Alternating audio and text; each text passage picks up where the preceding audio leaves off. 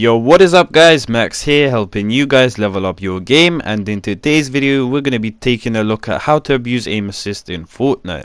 I'm pretty sure all of you know this, however for all the people that don't, aim assist can only be turned on when you are playing with a controller, and there are multiple reasons for that. So first of all, let me explain why controller players actually need aim assist, and that is because using sticks to aim is pretty hard compared to using a mouse. So to balance the playing field, a form of aim assist is absolutely required to be in the game. Meanwhile, keyboard and mouse players can already aim well enough, so they don't need aim assist, otherwise that would just be crazy overpowered. Anyways, you guys might already know some strategies to actually, make use of aim assist and use it to your advantage. However, I guarantee that most of you are probably thinking of AR aim when I do mention L2 spamming. However, this actually works with pretty much any gun, even with shotguns, and you might be surprised to hear that.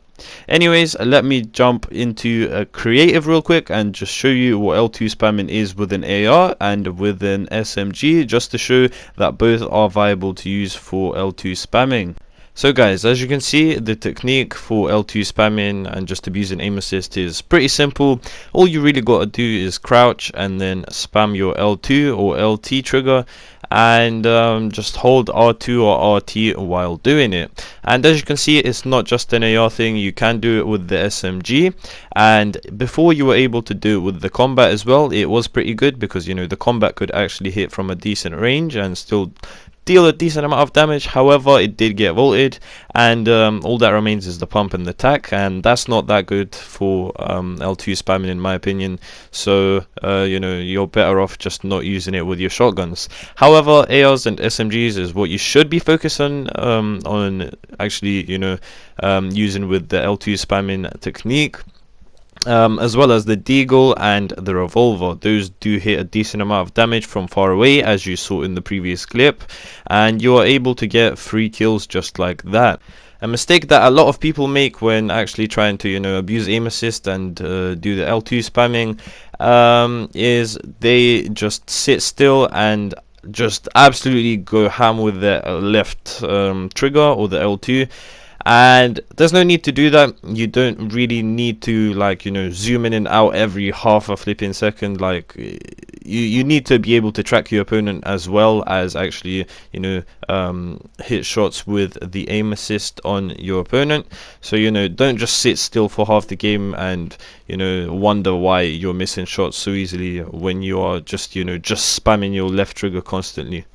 So yeah, just make sure you guys are actually able to track your opponents and adjust your sensitivity for that, especially the targeting one. A good thing I would suggest doing is doing Beaks course, and that will be up on the screen right now.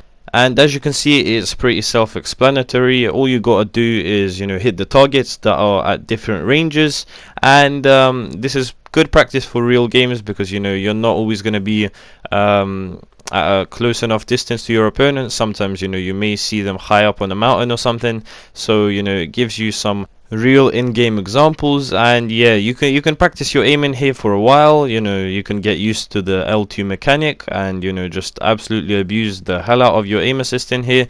And after that, you can move on to the second part, and this one is more of a hip fire training for me. However, I know a lot of people do use it for L2 spamming as well, so you might want to try it out. It's pretty good. I have actually used this multiple times before hopping online because I want to get my aim nice and warmed up, and I definitely suggest you guys try this out.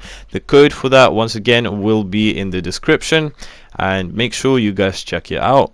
Getting into the last few tips, guys, I actually want to talk about when L2 spamming is actually applicable in game, and it is usually at medium to long ranges. Medium being 50 to 100 meters, and long being obviously anything past that.